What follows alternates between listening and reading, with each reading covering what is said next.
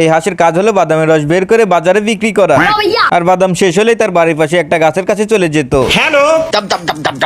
को जरा सबर करो। কিন্তু তার আগে দেখবো কারা কারা শয়তানকে ঘৃণা করো আর মা বাবাকে ভালোবাসো। যারা মা বাবাকে মন থেকে ভালোবাসে তারা ভিডিওতে একটা লাইক দিয়ে চ্যানেলটিকে সাবস্ক্রাইব করবে, আর যারা শয়তানকে ভালোবাসে তাদের কিছু করতে হবে না। আর গাছ ছিদ্র করে কাঠবিড়ালির বাদাম চুরি করে নেয়। তখন কাঠবিড়ালি পড়ে যায়। তখন পড়ে থাকা বাদামগুলো তারা সংগ্রহ করে, আর সংগ্রহ করতে গিয়ে ওপাশে দেখে বিশাল একটা বাদাম, আর এই বাদাম দেখে সাথে সাথে অজ্ঞান হয়ে যায়। আর এই বিশাল কাঠফল খাওয়ার জন্য তারা বুদ্ধি করে, আর অনেক টানাহিস্টাও করে, এমনকি লাঠি দিয়েও চেষ্টা করে, তাও হচ্ছে না। তখন পাথর দিয়ে সেখানে ফেলে দেয়। পাথর তো আর একটা কাঠবিড়ালি মাথায় লাগে। আবার পাথর উঠিয়ে ঢিল মারে, আবার সেই কাঠবিড়ালি গায়ে লাগে। साले को छोड़ूंगा नहीं। সে তো ভীষণ রেগে যায়, আর তার ভাইকে একটা লাথি মারতে চায়।